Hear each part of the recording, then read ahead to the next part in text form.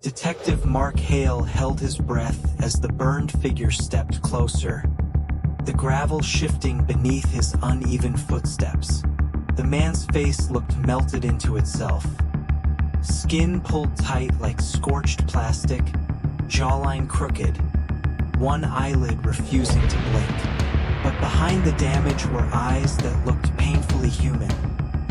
Eyes Hale recognized from old photos of Miles Brooks. The figure raised both hands slowly, as if trying to calm a frightened animal. His voice rasped like air scraping against metal. "You shouldn't have come here," he said. "They're already watching you." Hale opened his mouth to speak, but headlights swept the tracks from the south end of the yard. The burned man flinched like a wounded animal. "Too late," he whispered. "They're close." A black SUV rolled to a stop, doors cracking open. Hale ducked behind an old rail car, but the burned man didn't move. Two men in tactical jackets approached him with the quiet precision of professionals. "Subject 3, hands up," one ordered. Subject 3. Miles Brooks had once been listed as Subject 2 in the private military unit's training logs. Hale's mind raced. The burned man looked at Hale, then back at the operatives. "She's not dead," he rasped. "But if you keep pushing, she will be." The operatives grabbed him. He didn't resist. "He's contaminated," one said. "Move him before he destabilizes." As they shoved him into the SUV, the burned man met Hale's eyes again and mouthed a single word: "Run." When Hale checked the gravel after the SUV sped away, he found a blood-smeared card with coordinates and Lena's initials. The card was a military access tag, the kind used for off-grid training sites. On the back, someone had carved 3 numbers into the plastic with something sharp, coordinates pointing to a location in northern Connecticut. A place with no name, no road markings, no official record. Hale drove there before sunrise. The forest surrounding the coordinates felt unnaturally silent, the trees standing too still, as if listening. He followed a narrow dirt path until it opened into a clearing where a rusted metal fence circled a compound half swallowed by vines.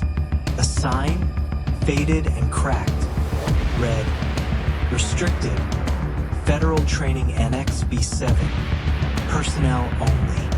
But the database showed no such annex existed anymore. It had been decommissioned or erased. Inside the fence, Hale found shattered glass, a burned-out generator, and a row of abandoned barracks. But on the door of Barack 3, someone had left a fresh handprint, small, delicate, stained with dust. Lena's size. The Barack interior looked like a lab crossed with a prison. Isolation chambers lined the walls, restraints hanging loose. Some had melted edges, like something inside them had exploded with heat. A clipboard lay on the floor with 4 names under subject list: Miles Brooks, Sivarika, Daniel Crane, K. Brooks, K. Brooks, Lena. Her name had been added recently. Hale's chest tightened. Lena hadn't been abducted randomly. She'd been selected. Before leaving, Hale found a single-page record labeled Phase 3, Subject Retrieval. And under targets, written in red, LB.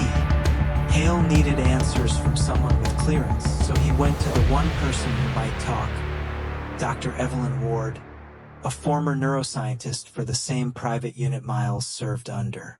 She lived off-grid now, in a cabin surrounded by motion sensors and camera rigs she built herself. Ward wasn't surprised when Hale mentioned the burned man. Subject 3, she said softly. He wasn't supposed to survive.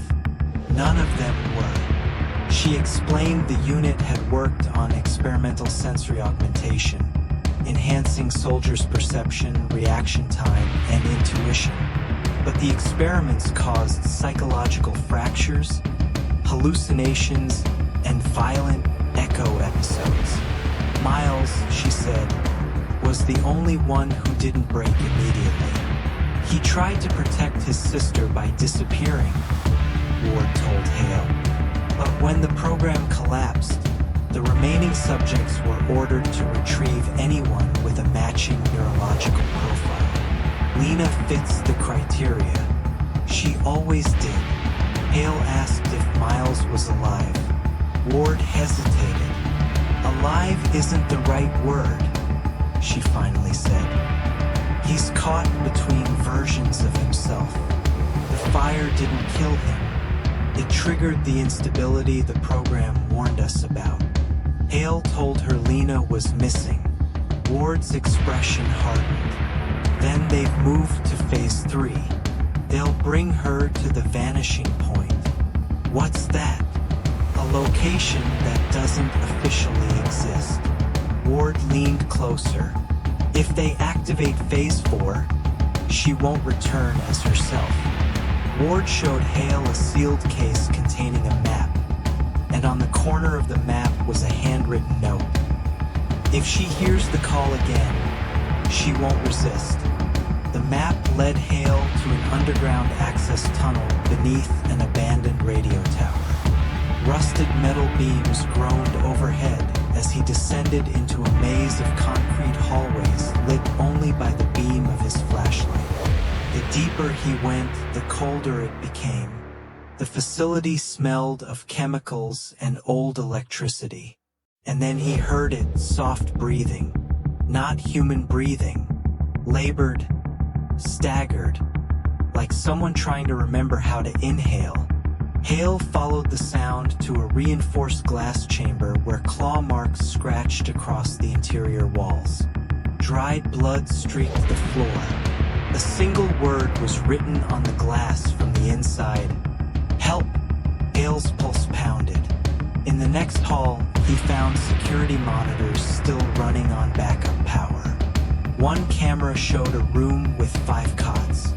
On the middle cot was a red bracelet, Lena's bracelet. Another monitor showed movement.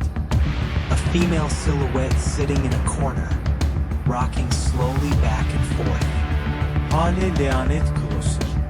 The silhouette lifted her head. It was Lena. She looked pale, exhausted, but alive. Her lips moved like she was whispering to someone, but the room was empty. Hale checked the timestamp. The feed was live. He ran toward the chamber door, but a metallic buzz echoed as the facility locked down. Over the loudspeakers, a distorted voice said, "Subject 4 is transitioning." Lena was Subject 4. Hale grabbed a crowbar to break the chamber door, until he heard a second voice from behind him whisper his name. Hale spun around, crowbar raised. The corridor was empty, but the whisper came again, closer this time. "Mark!" It was Lena's voice, but Lena was still locked in the chamber ahead of him. The whisper drifted from the ventilation system, sliding across the ceiling like a cold breath. Hale backed against the wall, scanning every shadow. "Lena, if you can hear me, stay where you are," he said. A faint laugh echoed through the vents. Not Lena's. Something twisted. The lights flickered. A figure emerged slowly from a side hallway. The burned man. He moved with a limp, but his hands were raised. "I told you to leave," he rasped. "They're waking her." "What do you mean waking her?" Hale demanded. The burned man pointed toward Lena's chamber. Phase 4 isn't about enhancing soldiers. It's about replacing them. The siren wailed. The chamber containing Lena flooded with bright white light. She stood up slowly, her eyes unfocused, her posture stiff, like she was listening to someone inside her mind. The burned man grabbed Hale's arm with surprising strength. "If she opens her eyes fully," he whispered, "she won't remember who you are." Hale stared as Lena lifted her head. Her eyes began to glow a faint, unnatural amber. The loudspeaker crackled. "Subject 4 is now active." Lena turned toward the camera and smiled, a smile that wasn't hers.